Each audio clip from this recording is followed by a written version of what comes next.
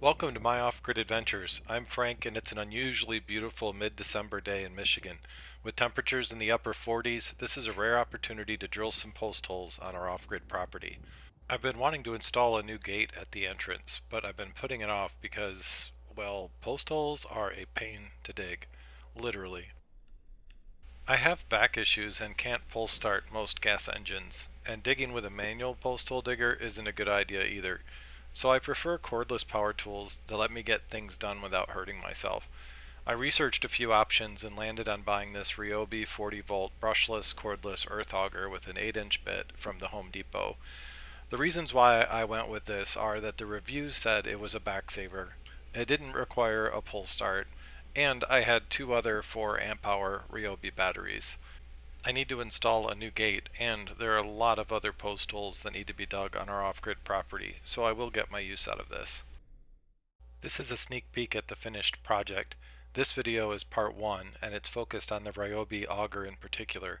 If you'd like to see how these two gates from Tractor Supply were installed, please stay tuned for part 2.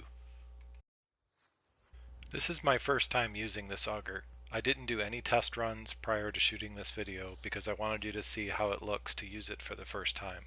After selecting the spot for the first hole, I dropped the 4x4 post to mark where the hole should be drilled. One of the first things I noticed about this power post hole digger is how light it is. It weighs just 34 pounds and it's easy to transport and maneuver.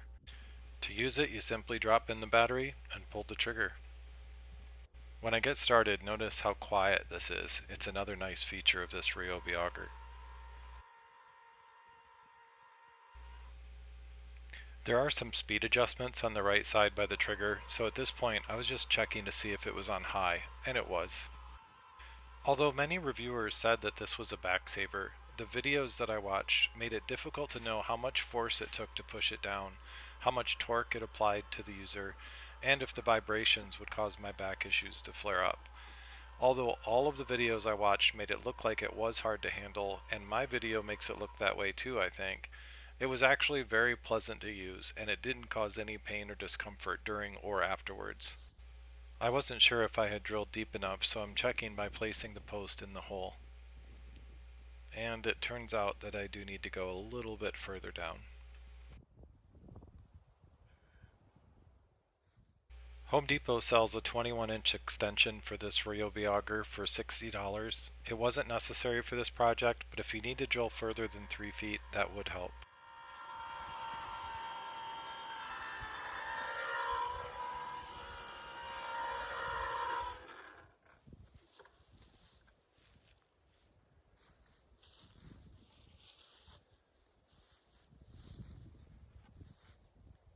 The depth of this hole was just perfect for what I needed.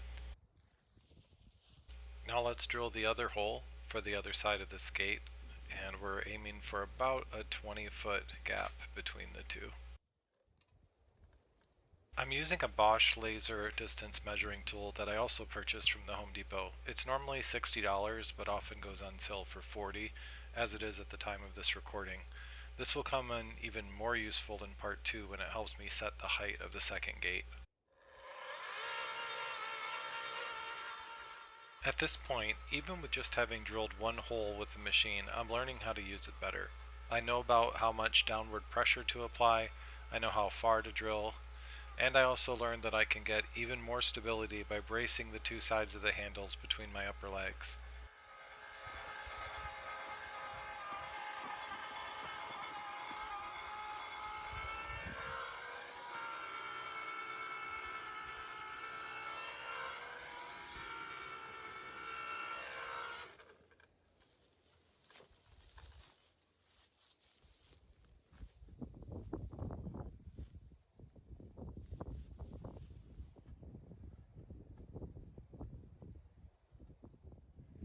Next, I need to level the post, add the cement mix, and then add water.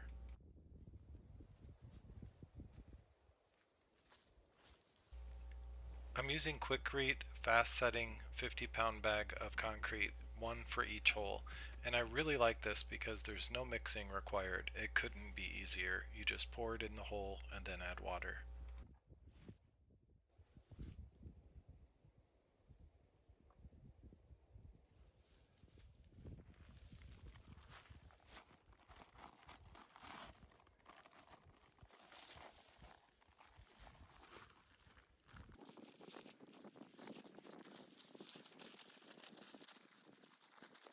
Instead of finishing that first post, I'm going to repeat the same step on the other one, and then I'll add water to both.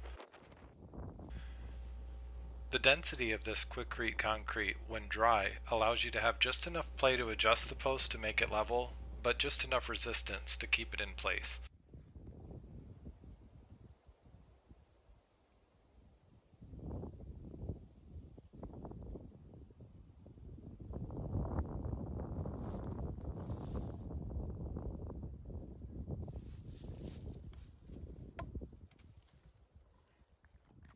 I'm using a 4-gallon jug of water purchased from Menards, and it ended up being plenty for both holes.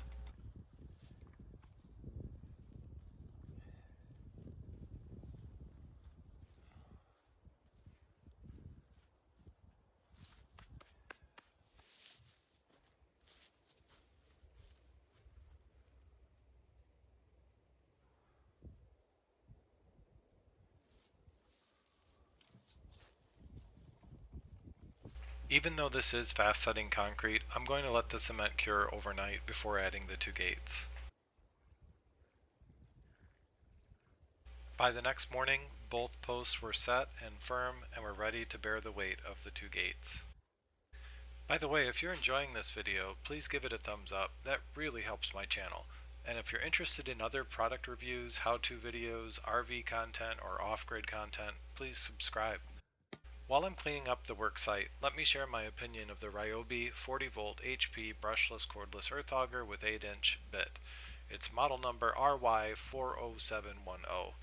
I give this an enthusiastic 5 stars. I can't think of anything that could be improved except maybe giving it a lower price. It's quiet, light, doesn't require oil or gas or a pull start. It claims to dig 30 holes per charge and has more power than a 52cc gas auger. I wish that I had this last year, but at least I'm glad I have it now, and I have a lot of plans for using it this spring. There are links to all of the products used in this video in the description, including the power auger, laser tape measure, level, and concrete. Please watch part 2 to see the installation of two gates purchased at Tractor Supply. Thank you for watching.